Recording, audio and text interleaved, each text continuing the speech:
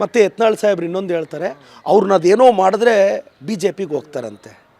Sir, J C B party ಕಟ್ಟಿಬಿಡ್ತೀನಿ, 21 J C B ನಿಲ್ಲಿಸಿ ಪೂಜೆ ಮಾಡಿಬಿಡ್ತೀನಿ, ಉತ್ತರ ಪ್ರದೇಶ ಥರ ಮಾಡಿಬಿಡ್ತೀನಿ ಅಂತ ಬಾಯಿ ಬಡ್ಕೊಂಡ್ರಿ 1 ವರ್ಷದಿಂದ. ಇವಾಗ ನೋಡಿದ್ರೆ ಜೆ ಸಿ ಬಿ ಏನಾಯ್ತು ಸರ್? ಪಂಚರ್ ಆಯಿತಾ? ಜೆ ಸಿ ಬಿ ಅಪ್ಸೆಟ್ ಆಯಿತಾ? ಇಲ್ಲ ಜೆ ಸಿ ಬಿ ಪಾರ್ಟಿ ಕಟ್ಟಿದ್ರೆ ಅಲ್ಲ ಸರ್ ಅಂತ ಯಡಿಯೂರಪ್ಪ ಸಾಹೇಬರು ಮ್ಯಾನ್ ಪವರು, ಮಸಲ್ ಪವರು, ಜಾತಿ ಬಲ ಎಲ್ಲ ಇದ್ದರೂ ಅವ್ರ ಕೈಯಲ್ಲೇ ಏನೂ ಆಗಲಿಲ್ಲ.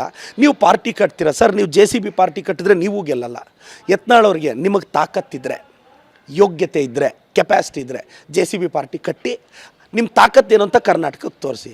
ಸರ್, ನಿಮ್ಮ ಪಾರ್ಟಿಯಲ್ಲಿ ನೀವೇ ಗೆಲ್ಲಲ್ಲ, ಇವಾಗ ಗೆಲ್ಲಕ್ಕಾಗಲ್ಲ ಅಂತ ರಿಪೋರ್ಟ್ ಬಂದಂಗಿದೆ. ಈಗ ಬಿ ಜೆ ಪಿಗೆ ಸೇರ್ತಾರಂತೆ.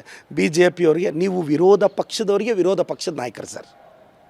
ಅಲ್ಲ, ಈಗ ಅವ್ರು ಹೇಳ್ತಾ ಇರುವಂಥದ್ದು CM ಇವರು DCM DK ಶಿವಕುಮಾರ್, KPCC ಅಧ್ಯಕ್ಷರು ಮತ್ತು ವಿಜೇಂದ್ರ ಅವರು ನೋಯ್ಡಾದಲ್ಲಿ ಭೇಟಿಯಾಗಿದ್ದರು, ಏನು ಸರ್ಕಾರ ಮಾಡೋದಕ್ಕೆ. ಅಮಿತ್ ಶಾ ಕೂಡ ಭೇಟಿ ಮಾಡಿದ್ರು, ಅದನ್ನು ಅವರು ಒಲ್ಲೆ ಅಂತ ಹೇಳಿದ್ರು ಅನ್ನೋದು ಆರೋಪ ಮಾಡ್ತಾ ಇರುವಂಥದ್ದು ಸರ್.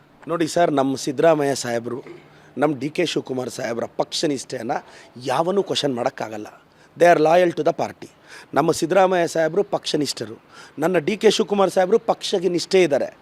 ಪಾರ್ಟಿನ ಗ್ರಾಸಿಂದ ಕಟ್ಟಿದ್ದಾರೆ ಸರ್. ಅವರು ಪಕ್ಷವನ್ನು ಕಳೆದ 40 ವರ್ಷದಿಂದ ಕಟ್ಟಿದ್ದಾರೆ. ಅವ್ರು ಪಕ್ಷ ವಿರೋಧಿ ಚಟುವಟಿಕೆ ಮಾಡೋಕ್ಕೆ ಸಾಧ್ಯನಾ? ಇವರು ಸುಮ್ಮನೆ ಏನೇನೋ ಮಾತಾಡ್ತಾರೆ. ವಿಜೇಂದ್ರನ ಟಾರ್ಗೆಟ್ ಮಾಡೋಕ್ಕೆ ಇದನ್ನೆಲ್ಲ ಸೇರಿಸಿ ಮಾತಾಡೋದು. ವಿಜೇಂದ್ರ ಅವ್ರು ನೆನ್ನೆ ಹೇಳಲಿಲ್ವಾ ಯತ್ನಾಳ್ ಅವ್ರು ಏನೇನೋ ಮಾತಾಡ್ತಾರೆ ಅಂತ? ನನಗೆ ಗೊತ್ತಿರೋ ಪ್ರಕಾರ ಮಾನ್ಯ ಯತ್ನಾಳ್ ಸಾಹೇಬ್ರಿಗೆ 7 ಕಿಲೋಮೀಟರ್ ದೂರದಲ್ಲಿರುವ ನಿಮಾನ್ಸಲ್ಲಿ ಚಿಕಿತ್ಸೆಯ ಅವಶ್ಯಕತೆ ಇದೆ. ಯತ್ನಾಳ್ ಅವ್ರು ಒಪ್ಕೊಂಡ್ರೆ 0 ಟ್ರಾಫಿಕ್ ಮಾಡಿಸ್ತೀನಿ, ಒಳ್ಳೆ ಡಾಕ್ಟರ್ನಿಟ್ಟು ಟ್ರೀಟ್ಮೆಂಟ್ ಕೊಡಿಸ್ತೀನಿ. ನನ್ನ ಭಯ ನಿಮಾನ್ಸ್ ಚೀಫ್ಗೂ ಹೇಳ್ತೀನಿ, ಆ ವಿಜೇಂದ್ರ ಅನ್ನೋ ಹೆಸರಲ್ಲಿ ಯಾರ್ಯಾರು ಸ್ಟಾಫ್ ಇದ್ದರೆ ಅವ್ರನ್ನೆಲ್ಲೂ ತೆಗೆದಾಕಿ ಸರ್, ಮತ್ತೆ ಅವ್ರು ಕೊಡಬಾರ್ದು ಕಾಟ ಕೊಡ್ತಾರೆ ಇವ್ರಿಗೆ ಅಂತ. ಅದು ಮತ್ತೆ ಏನೋ ಅಂದರು, CM ಪೋಸ್ಟ್ ಕೊಟ್ಟರೆ ಮಾತ್ರ ಅಲ್ಲಿ ಹೋಗ್ತಾರಂತೆ. ಸರ್, ನಿಮ್ಮನ್ನು ಪಾರ್ಟಿ ಕರ್ಕೊಳ್ಳೋಕ್ಕೆ ರೆಡಿ ಇಲ್ಲ.